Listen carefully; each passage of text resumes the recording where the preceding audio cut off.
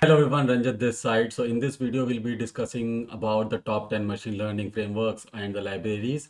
And we'll be also going through each framework and libraries, and we'll try to give an overview about each point. And then at the end of this video, we will again go through an example just to show you, how we can create a model. The machine learning libraries or the frameworks makes it easier for us to develop or deploy a machine learning models with the help of the tool and the resources available with them. There are many frameworks and the libraries available in the market, but we have to choose the right framework and the library based on the requirement and more flexible when it comes to the customization, and then it's easy to use as well. So in this video, let's go through each top 10 libraries, or let's say frameworks of machine learning, and try to understand them. So the first one is the scikit-learn library.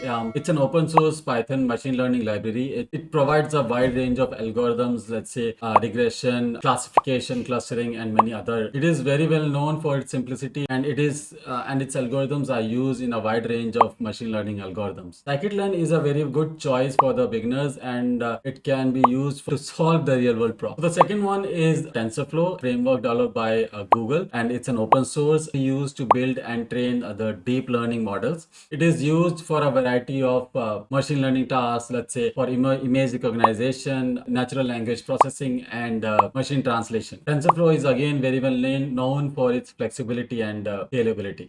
The third one is a PyTorch. It is again a Python open source framework. The one of the plus point about the PyTorch that it can be run both on the CPU and the GPUs, and it's a very well known framework within the beginners and the researchers, because it's very much easy to develop new machine learning algorithms with the help of PyTorch. The fourth one is KERAS. It's an API developed on top of PyTorch and TensorFlow. This makes it easier to develop and deploy deep learning models. KERAS is very much known for its simplicity, and it can be used to create a prototype and deploy machine learning models. Again, KERAS is very much known within the beginners because it's very much easy to develop machine learning models rather than focusing on the implementation side. So the fifth one is Caffe. It's a deep learning framework developed by Berkeley Vision and Learning Center. It is very much known for its speed and efficiency. Caffe 2 is a modular machine learning framework developed by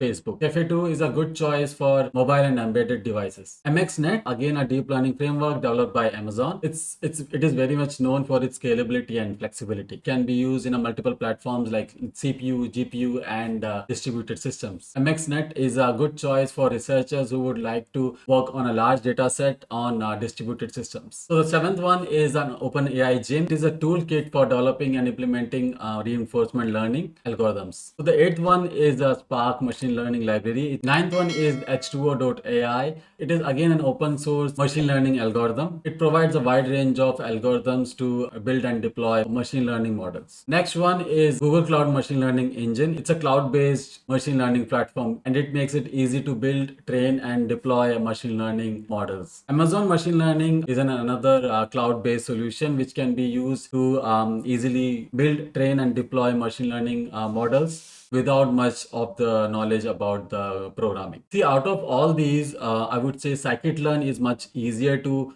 use, or it is also used by the beginners very much or very frequently, because it provides a wide range of algorithms, or let's say the algorithms which are very much easy to use by the beginners. Let's say the algorithms like logistic regression, support vector machines, and decision trees. All these are very much are there in the scikit framework. Or I will give you an example how to train a simple machine learning model with the help of TensorFlow. So I will be using Google Colab, right? First we have imported the TensorFlow and the NumPy libraries, and then we created some sample data over here, and then basically these are the sample data for the training and the testing purpose, and then we compiled it with the help of stochastic gradient descent optimizer like over here, and then we also used a mean squared error loss function, right? And then we used 100 epochs with the help of fit method, okay? And then we try to make a prediction out of this data. So basically what it will the prediction is more about what will be the next possible predicted tree numbers after this. Okay, great. Thank you so much. Please make sure to like, share, and subscribe only if you like this video.